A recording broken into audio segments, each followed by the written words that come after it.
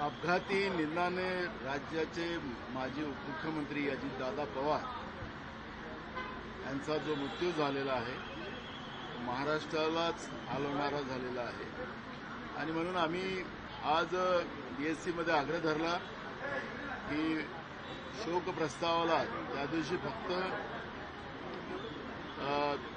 कुठलंही कामकाज न घेता अजितदादाच्या पूर्ण राजकीय कारकिर्दीबद्दल आणि त्यांच्याशी जे संबंधात जे लोक आलीत आणि त्यांच्याबद्दलची भूमिका या सभागृहात मांडण्यासाठी तो पूर्ण दिवस त्याच्यामध्ये घ्यावा अशी विनंती केली. माननीय अध्यक्षांनी ते मान्य केली. पण एक गोष्टीचं दुःख होते आहे की जेव्हाचं फडणवीसाचं सरकार महाराष्ट्रात आलं तेव्हापासून बजेट अधिवेशन असतील की सगळे अधिवेशन असतील त्याचं कामकाज कमी कमी होत जाताना आपण पाहतोय.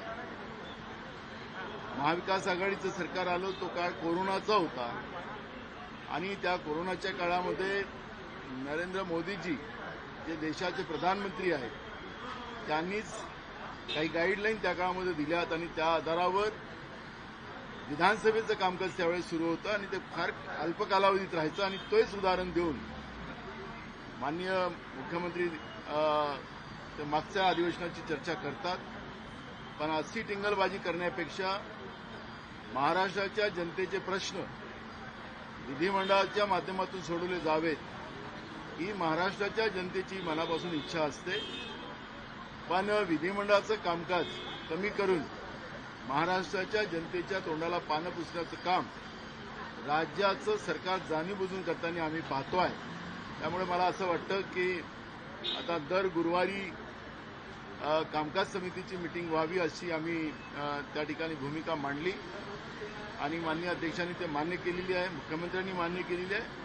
आमचं म्हणणं आहे की हे अधिवेशन बजेट अधिवेशन आहे. कमीत कमी 2 महिने तरी हे चालावं अशा पद्धतीची आमची भूमिका आहे.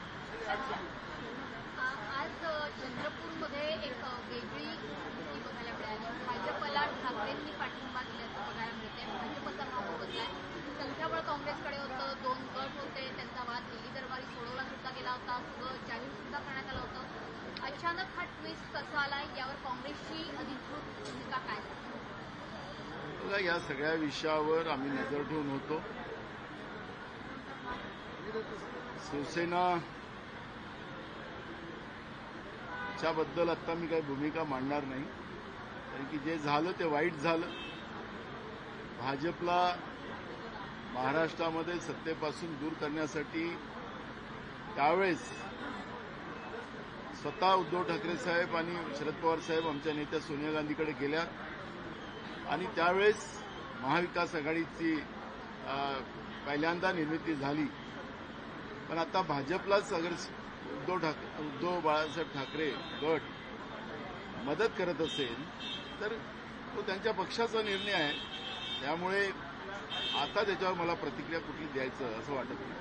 मात्र ज्या पद्धतीने अशा पद्धतीने एक घोडे बाजार केला जातोय का आणि आपल्यात म्हणजे मग आता मवियाचं नेमकं काय होणार? कारण ज्या पद्धतीने युती आघाड्या वेगवेगळ्या पद्धतीच्या बघायला मिळाल्या. एकीकडे मनसेने शिंदेंना साथ दिल्याचं बघायला मिळतं कल्याण डोंबिवलीत. ठाकरे आणि भाजप एकत्र अलायन्स हा विषय जो असतो तो काही परमानंट एग्रीमेंट नसतो. आपल्याला माहिती असेल की भारतीय जनता पार्टीबरोबर देशपातळीवर अनेक पक्ष जोडले गेले होते. पण आज आपण पाहतोय की अनेक पक्ष त्यांच्याबरोबर नाही आणि त्याच्यामुळे एनडीएची जी हालत आपण पाहतोय त्या एनडीएच्या हालत्या काँग्रेस पक्ष तर आम्ही सगळ्यांना घेऊन चालण्याची भूमिका काँग्रेस पक्षाने घेतली. भाजप तर ते मोठे झाले पाहिजे आणि त्यांचे सोबती संपले पाहिजेत अशा पद्धतीचं काम भाजपचं असते. त्यामुळे मला महाविकास आघाडीच्या बद्दलची चिंता करण्यापेक्षा भाजपचं जे कृत्य आहे ते याच्यावर आपण लक्ष केंद्रित केलं पाहिजे असं मला वाटतं. आता काँग्रेसची भूमिका काय असणार? मवियात असणार की मवियातून बाहेर पडण्याचे रस्ते? बघा याचा निर्णय हायकमांड घेईल आणि हायकमांड जी काही भूमिका घेईल ते आम्हाला सगळ्यांना मान्य आहे. सर चंद्रपुर में जिस प्रकार से यूपीटी शिवसेना ने भाजपा का साथ दिया है मेयर पोस्ट के लिए किस तरह से देख रहे हैं? देखो हम उद्धव ठाकरे साहब के पास नहीं गए थे. हमारी नेता सोनिया गांधी जी के पास उद्धव ठाकरे जी गए थे, शरद पवार जी गए थे, और तब महाराष्ट्र में महाविकास आघाड़ी की शुरुआत हुई बीजेपी को सत्ता से रोकने के लिए। आज जिस तरह से चंद्रपुर में बीजेपी को साथ देकर उन्हें हमारे से दूरी बनाई, तो हमें कोई उसकी तकलीफ नहीं है, लेकिन ये जो चंद्रपुर में हुआ वो अच्छा नहीं हुआ।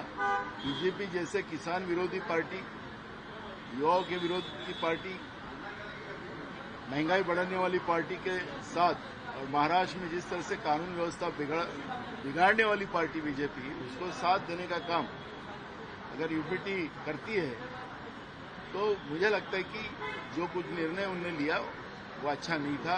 ये भूमिका हमारी है। सर, आपण जर बघितलं तर आता ज्या पद्धतीने राष्ट्रवादीचं विलीनीकरण हा विषय साधारण समोर येताना पाहायला मिळतो, कशा पद्धतीने तुम्ही याकडे बघताय? कारण महाविकास आघाडीमध्ये जर बघितलं तर राष्ट्रवादी शरद पवार गट देखील सहभागी होता. प्रत्येक पक्षाला आपले निर्णय घेण्याचे अधिकार आहे, त्यामुळे पवारसाहेब एक मोठे नेते आहेत महाराष्ट्राचे, त्यांनी काय करावं काय नाही करावं त्यांना मी सांगणं हे काही बरोबर नाही, त्यामुळे आज त्याच्याबद्दलची चर्चा मी करावी असं मला वाटत. चंद्रपुरात जो फटका बसलाय तो आपल्याच पक्षातल्या दोन गटांच्या वादांमुळे बसलेला आहे का? कारण आमचा महापौर हवा, झालं, आमच्या हायकमांडने निर्णय घेतला होता आणि त्यामुळे आमचा महापौराचा कॅन्डिडेट पण फायनल झालेला होता. त्याच्यामुळे 2 महापौराचे फॉर्म तर आम्ही भरले नव्हते. त्यामुळे आमच्याजवळ बहुमत असताना सुद्धा, बहुमत म्हणजे बहुमताला थोडा दूर असताना सुद्धा ज्या पद्धतीनं शिवसेनेने भूमिका घेतलेली आहे तीच भूमिका आमच्यासाठी अडचणीची. आता महाविकास आघाडी संपल्यात जमा असं म्हणायला नको का? कारण राष्ट्रवादी एकीकडे विलीनीकरणाच्या वाटेवर आहे, दुसरीकडे ठाकरे मनसेसोबत, म्हणजे ठाकरे बंधूंची. बघा, मी मगाशी सांगितलं की कुठल्या पक्षाला काय निर्णय करायचे असतात ते त्यांचा स्वतंत्र अधिकार आहे, त्याच्यामुळे मला त्याच्यावरची प्रतिक्रिया देणं हे बरोबर नाही. तर रोहित पवारांची सध्या पत्रकार परिषद महत्वाची, विमान अपघात जो अजित पवारांचा झाला त्या संदर्भाने त्यांनी अनेक महत्वाचे प्रश्न उपस्थित केले. त्यांचं म्हणणं आहे की काही चॅट व्हॉट्सअपचे स्क्रीनशॉट त्यांच्या हाती लागलेले, त्याच्यामध्ये व्हिजिबिलिटी एकदम ठीक आहे असं स्पष्टपणाने बघितलं गेलंय. मात्र या विमानाचं चेकिंग झालं होतं का, त्याचं ऑडिट झालं होतं का, सीसीटीव्ही फुटेजेस अनेक क्लिअर नाहीये, अशा महत्वाच्या बाबी त्यांनी उपस्थित केल्या. बघा, फिजिबिलिटीचा विषय घेऊन ज्या पद्धतीनं या घटनेला वेगळ्या वळणावर नेण्याचं काम होते, आपण सगळ्या तुमच्या दूरचित्रवाणीवरून आम्ही पाहिलं की फिजिबिलिटी त्या ठिकाणी बरोबर होती, हे तर तिथं आपल्याला पाहायला मिळालेलीच आहे. त्यामुळे या घटनेच्या मागं मुख्यमंत्री असतील किंवा केंद्रीय मंत्री असतील यांनी त्याच्यामध्ये तपास सुरू केलेला आहे. या तपासात पुढं काय येतं त्याच्यावर, आणि रोहित पवाराकडे आधीची माहिती असेल तर त्या पद्धतीची माहिती पुढं आणावी, आणि ही घटना आहे की दुर्घटना आहे याबद्दलचा संभ्रम पूर्ण महाराष्ट्रामध्ये जो चाललेला आहे त्याबद्दलचा संभ्रम दूर करण्याची भूमिका सरकारने किंवा रोहित पवारांनी करावी. त्यामुळे दुर्घटना असेल किंवा घटना घडवून घेतलेली असेल ते स्पष्ट होईल, आणि या पद्धतीची घटना झाली असेल तर ह्या महाराष्ट्राचं दुर्दैव आहे की राजकीय देशात कुठेही या पद्धतीच्या घटना महाराष्ट्रामध्ये होत असतील तर हे महाराष्ट्राचं दुर्दैव आहे. मात्र तसाच आरोप तर अमोल मिस्त्री हे सुद्धा करताना बघतात. आज सीएमने पत्र दिलेलं आहे त्याची उच्चस्तरीय चौकशी व्हावी, सुद्धा सर्वोच्च न्यायालयाच्या देखरेखीखाली. बिलकुल, जो संशय आहेत सरकारने त्याच्या पुढे गेले पाहिजे, आणि सरकारला जी काही मागणी त्या पक्षाचे नेते करत असतील तर मुख्यमंत्र्यांनी त्याबद्दलची व्यवस्था करावी. दूध का दूध पाणी का पाणी व्हावं. जी पहिली फेरी सांगितली गेली की व्हिजिबिलिटी कमी होती, स्थानिकांकडनं वेगळं सांगितलं गेलंय. आता व्हॉट्सअप चॅट म्हणजे स्क्रीनशॉट सुद्धा रोहित पवार समोर आणतात. व्हिजिबिलिटीचा हा मुद्दा पहिल्यापासूनच संभ्रमात टाकणारा. मी आपल्याला मगाशी म्हणालो की आपल्या दूरचित्रवाणीवरून आणि ते जे व्हिडिओ त्या ठिकाणी जे आम्हाला घटनेच्या नंतर तातडीनं आले त्या ठिकाणी असं कुठली व्हिजिबिलिटी नव्हती, असं कुठलंही चित्र नाही. एकदम स्पष्ट त्या ठिकाणचं चित्र होतं, आणि रनवे एकदम क्लिअर दिसत होता. त्यामुळे व्हिजिबिलिटी नव्हती असं सांगणं हे चुकीचं ठरेल, आणि म्हणून ज्या पद्धतीनं मागण्या होतात त्यासाठी मुख्यमंत्र्यांनी तो पुढाकार घ्यावा, आणि घटना झाली असेल तर त्यामध्ये जे कोणी दोषी असतील त्याच्यावर कारवाई व्हावी. अशा पद्धतीची आमची पण भूमिका आहे. नाना, चंद्रपूरमध्ये आपण पाहिलं तर झालं ना. हां.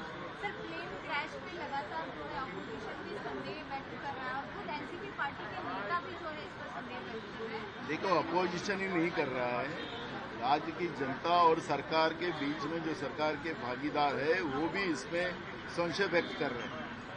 अपोजिशन तो जो जांच मुख्यमंत्री ने और केंद्रीय मंत्री के माध्यम से जो शुरू है उसके तरफ हमारा पूरा ध्यान है. जिस तरह से रोहित पवार ने बताया कि वहाँ विजिबिलिटी थी, क्योंकि आपके भी दूरदर्शन के माध्यम से हम देख रहे थे कि वहाँ विजिबिलिटी क्लियर थी. जो वीडियो हमारे पास आए हैं जब घटना हुई थी उस समय भी क्लियर थे, तो विजिबिलिटी वहाँ एकदम क्लियर थी. अब विजिबिलिटी का कारण देखकर अगर ये दुर्घटना हुई है तो फिर दाल में काला है. और मुझे लगता है कि जो मांग सत्ता पक्ष में ही जो विधायक है वो मांग कर रहे हैं, तो मुख्यमंत्री ने न्यायिक जांच बिठाना चाहिए.